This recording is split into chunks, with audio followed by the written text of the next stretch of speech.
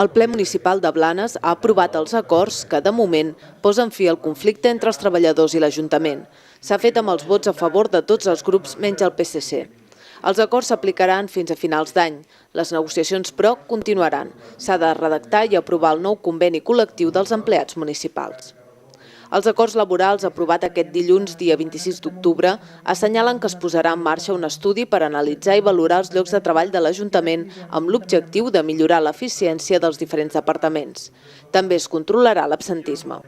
Els acords també fixen que els treballadors que tenien el complement de major dedicació passin de fer 107 hores extraordinàries a treballar-ne 53 i mitja. Se'ls mantindrà, però, el sou com si en fessin 107. A més, als agents de la policia local se'ls compensarà amb 50 hores de descans anuals. Aquestes mesures s'aplicaran de manera retroactiva des de l'1 de gener de 2009. Suposaran una reducció de més de 12.000 hores de treball i un cost d'aplicació de gairebé 247.000 euros.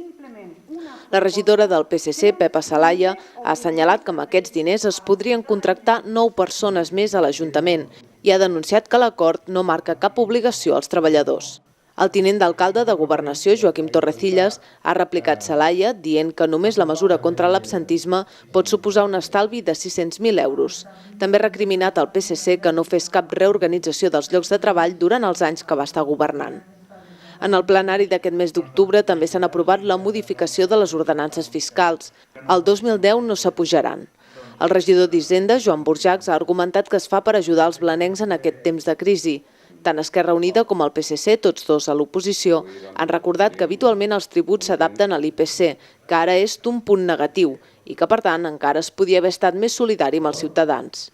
On hi ha hagut unanimitat és en les mocions presentades per Esquerra que demanaven que no s'apugi el peatge de Palafolls, que s'apliquin descomptes als blanencs a l'autopista C32 i que la Generalitat estudiï el projecte de Víctor Catalán que proposa fer un tren tramvia entre Palafolls i Lloret de Mar.